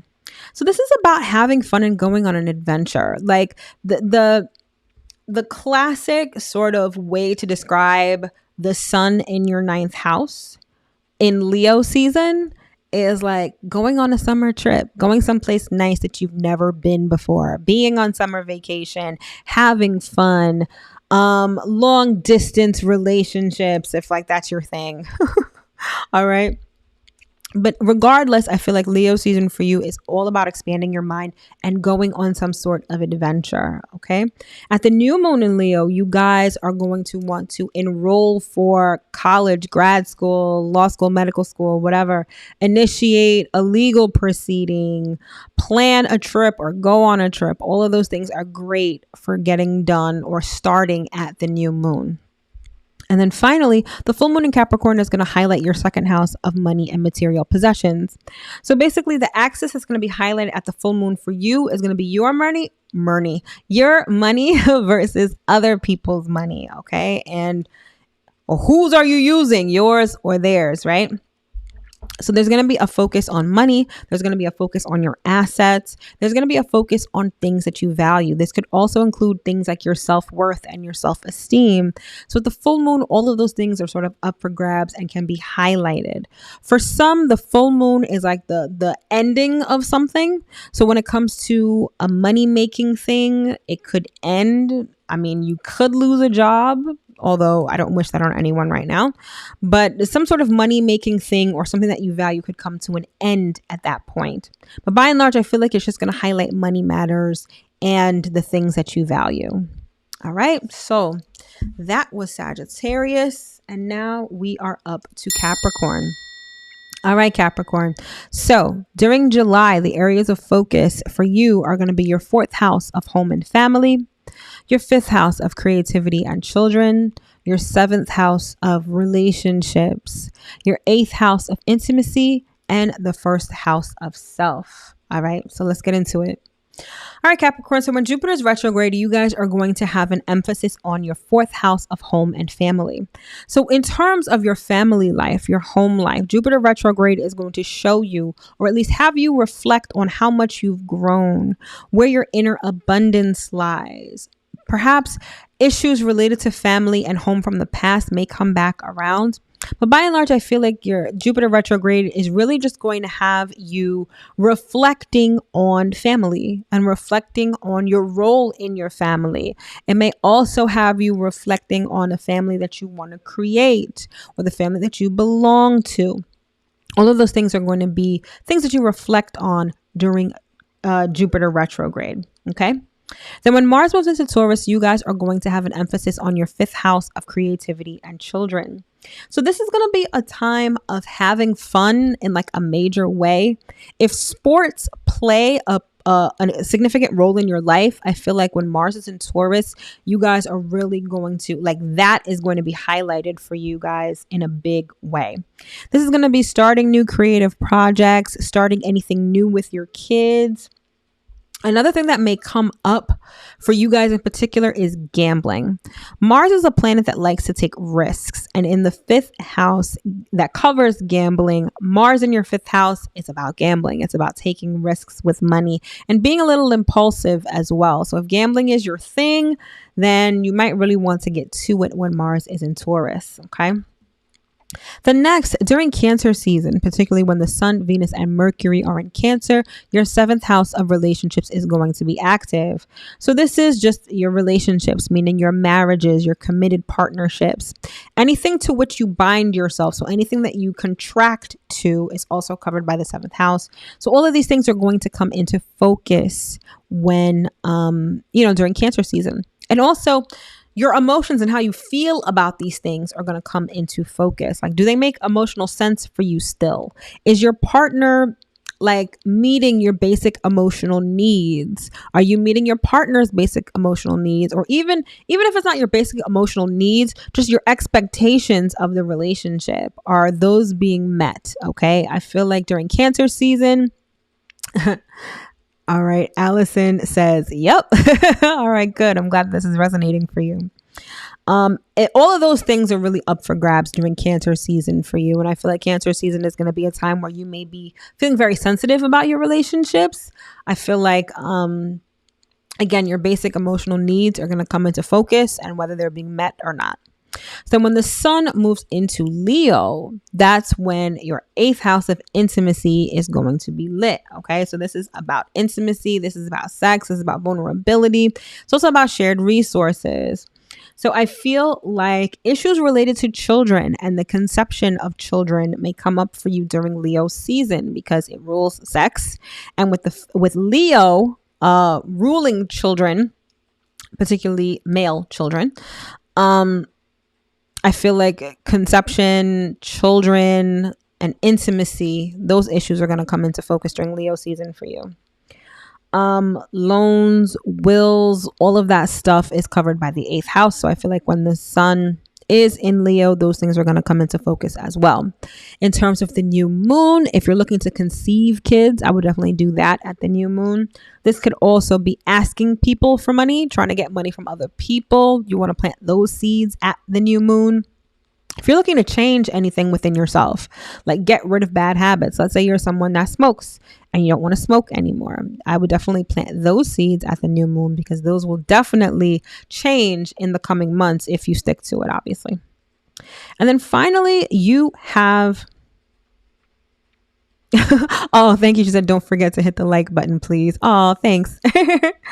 And then finally, with the full moon in Capricorn, it's going down in your sign, and this is going down in your 1st house. So what's going to be highlighted at the full moon for you guys is going to be you versus your relationships. So how much attention are you giving to yourself and how much are you giving to your relationships? Like the full moon is going to show you the bigger picture of everything and show you what's in balance and what's not in balance, and you'll have the opportunity to make changes as necessary. With the full moon in your first house, this is going to be a focus on you, your body, and your attitude. Okay. So things that you may not have noticed about yourself before may come to light. Things that you want to change, you're going to figure those out, or you're going to see those things at the full moon. The 2 planets for gambling. Oh, that was Mars. So Mars in your 5th house. Definitely. So when Mars goes into Taurus, here, let me put up just in case anyone wants to see that. When Mars goes into Taurus, that's what's going to be good for gambling. Okay. But yeah, with the full moon in your first house, this is going to be a focus on you and your body, seeing your body, seeing yourself, seeing your attitude in the, like, completely the truth of it. Right? That's what's going to happen at the full moon. So that's what's going to allow you to make changes as necessary. It may be an emotional time for you. Full moons usually are, but in the first house, they tend to be a little more emotional. But regardless, I feel like the full moon is going to give you the opportunity to make changes within yourself. All right, so that was Capricorn. So now we are up to Aquarius. All right, Aquarius rising. So for you, July is all about the following areas. So it's going to be your 3rd house of ideas and conversations, your 4th house of home and family, your 6th house of work and health, your 7th house of relationships, and your 12th house of the unknown. All right, so let's get into it. No worries, Allison. Thank you for joining. All right, so when Jupiter's retrograde, you guys are going to have an emphasis on your 3rd house of communication and ideas. And this may be about reflecting on how much you've grown within your mind, sort of taking stock of things that you've learned and how they've allowed you to grow and develop as a person. This could also have you reflecting on issues related to siblings, issues related to neighbors and your immediate environment. And any situations from the past with respect to those things may come back around because this is still a retrograde. But I feel like Jupiter retrograde is going to be very contemplative for you guys. You guys are going to be doing a lot of thinking about the past, but in a good way, sort of happily reflecting on how much you've grown, or even if you still have some growing to do and you still have some personal development. I think you guys are going to think of it fondly. It's not going to be one of those retrogrades that hits you over the side of the head and is sort of troublesome. I think that Jupiter retrograde is definitely going to be a time of positive reflection. Next up, when Mars moves into Taurus, we have an emphasis on your 4th house of home and domestic affairs. So this could be new home projects, new projects related to family. This could have to do with real estate or any property that you own. But you're also going to want to be extremely mindful of conflicts with family because Mars is the warrior. Mars is all about conflict and confrontation. So you may find that while Mars in Taurus, you butt heads with family, particularly if you're stubborn or if a family member is stubborn. So you could have a lot more fighting at that time. So definitely want to be mindful of that. Then when the Sun, Venus, and Mercury are in Cancer, you guys are going to have an emphasis on your 6th house of work and health. This house covers work, it covers health, and it covers service that you provide to others on a daily basis. Okay. So this could just be your daily routine, a focus on your daily routine, maybe asking yourself what you do every day. If you find that your daily routine isn't fulfilling, maybe you want to think about different things you can add to your daily routine to make it more fulfilling to you, more exciting. Maybe you want to start working with people a lot more. When the Sun is in Cancer, I feel like you'll have the opportunity to do so. Now, what's interesting is that Cancer is all about basic emotional needs, right? And the need to have peace, particularly peace at work, may be a thing for you during Cancer season. So if peace is something that you find that you really need a lot of, I think like a lot of your daily activities are going to be geared toward finding that peace. All right. Then when the Sun moves into the sign of Leo, this is going to highlight your 7th house of relationships. So we're going to have the Sun, Mercury, and the new moon in your 7th house. This is going to be a focus on your commitments, on your marriages, on your contractual obligations. At the new moon, if you are looking for a new commitment, if you are looking for a new business partnership, if you're looking to start any new sort of contractual agreement, you're going to want to plant those seeds at the new moon in Leo. And then finally, the full moon in Capricorn is going to highlight your 12th house of the unknown. So the dichotomy that's going to be highlighted for you at that full moon is going to be your spiritual body versus your physical body. And which one are you paying more attention to? If you have any imbalance in that area of life, then the full moon is definitely going to put that on blast and show you the truth of the situation so that you can get things back on track and balanced. With the full moon in your 12th house, there's going to be a focus on resting and recharging. This is going to be a great time for meditation, for quiet time, for sleeping. During that time, you're going to want to pay attention to your dreams because they may be more vivid than usual. But by and large, the full moon for you this month is going to be a full moon of rest. All right. So that was Aquarius. And last but certainly not least, we've got Pisces rising. All right. So for you, Pisces, the areas of focus this month are your second house of money and assets, your third house of ideas and conversations, your fifth house of creativity and children, your sixth house of work and health, and your 11th house of friendship and goals. All right. So let's get into it. So with Jupiter retrograde, you guys are going to have a focus on your second house of money and material possessions. So Jupiter retrograde is going to allow you to reflect happily on how much you've grown in terms of money. Maybe your money situation has improved. And I feel like Jupiter retrograde is just going to have you reflecting on that. If you feel like you still have some more development to go in that area, I think that Jupiter retrograde is going to have you revisiting certain things. I like how Patricia says, yay! I know you're a Pisces rising. So by the time I get to this part, you're like, oh, finally. There's also, even if you have some more development in terms of money, in terms of the things that you value, and keep in mind that the second house can cover things like self-esteem and self-worth. I feel like Jupiter retrograde is going to bring situations from the past to show you where you need to do some more growing. But I don't think it's going to do it in a way that's painful. I think it's going to be in a way that allows you to tap into your inner abundance so that you can see that abundance in your outer reality. Okay. Then with Mars going to Taurus, you guys have an emphasis on your third house of communication and ideas. So this could be new projects going on in your neighborhood, new community-based projects. This could be something new with a sibling or something like that. But keep in mind that Mars is a combative planet. So you may find that you're getting into conflict or confrontation with siblings or with people in your neighborhood, like neighbors or anyone in your community. So you're going to want to be mindful of how you speak to people and how people speak to you. I feel like with Mars and Taurus, it's about being stubborn. So someone may not want to budge on a particular issue, and that could really escalate into conflict if you're not careful. So again, you're going to want to be mindful of that sort of energy while Mars is in Taurus. Then during Cancer season, while the Sun, Venus, and Mercury are in Cancer, these are going to highlight your fifth house of creativity and children. This is also the house of fun. So I feel like the first part of the summer could find you like lighthearted, really socializing, dating, romance, all of that stuff, especially when it has to do with romance. That feeling of wanting to be loved, wanting to be accepted. I feel like some of you may be trying to find that on the outside during Cancer season. Fifth house also covers your inner child. And so I feel like during Cancer season, many of you may be addressing your basic emotional needs from the viewpoint of your inner child. So things that you may not have gotten as a child in terms of your emotional well-being, I think that may be a focus while the Sun, Venus, and Mercury are in Cancer.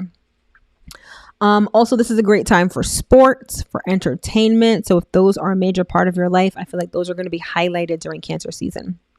And then once the Sun moves into the sign of Leo, it's going to light up your sixth house of work and health. So when I say work, it differs from the 10th house because the 10th house is your career overall and how the public sees you. But your sixth house is your daily routine. It's the service that you provide for others. So it's your career. It's your job as opposed to your career.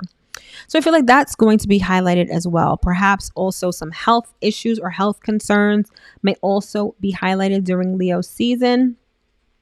Particularly health related to children or childbearing, child rearing, all of those things may come into focus during Leo season. So for the new moon, It's going to be about your daily routine and planting seeds that are going to make you more productive or more efficient. Anything having to do with coworkers or anything like that, if you're trying to start something new, you're going to want to plant those seeds at the new moon in Leo, okay? If you're trying to have a new health regimen, if you're trying to start working out or implement a new diet into your life, you're going to want to plant those seeds at the new moon in Leo as well. And then finally, the full moon in Capricorn is going to highlight your 11th house of friendships and goals. So the dichotomy that's going to be highlighted is going to be your desire to fit in versus your desire to stand out. And where on the spectrum do you fall in terms of that? Are you just all about a group identity and you can't think on your own? Or are you so far left field from everyone that you can't be a team player? I feel like those are sort of the issues that are going to come up at the full moon. So at the full moon, what's going to be highlighted are your friendships and associations. So this could be your relationship with friends, your relationship with associates, particularly people who think the same as you. This could also be goals. Perhaps a goal that you've been working on for a long time finally comes to fruition at the full moon. This could also highlight areas in your life where you're trying to achieve more. Maybe something is uncovered that makes you realize that you have a new goal or you want to pursue something new in life. Regardless, I feel like the full moon in Capricorn is going to highlight those things. All right, my loves. We are almost at the 2-hour mark, and I finally finished this monthly astro forecast for the month of July. I sincerely hope that you were able to get at least one important piece of information from this live or from this video, because it was a lot, I know. But hopefully you found at least one piece of it helpful. Thank you so much for joining me. You could be doing anything right now, but the fact that you're rocking with me means the world to me, and I thank you immensely. Don't forget to share this with the world, because this is information that everybody needs to know. I'm sure everyone wants to know what the month has in store. So feel free to share this video so everyone can find out what July has in store for them. All right. Thank you so much for joining, and I will see you. Oh, well, speaking of seeing me, if you're new, I do weekly astro forecasts as well. I do those every Sunday at 2 p.m. Eastern Standard Time here on YouTube. I also do live tarot readings by sign over on Instagram. I do those every Thursday at 8:30 p.m. Eastern Standard Time. So I've got you covered on Instagram and on YouTube.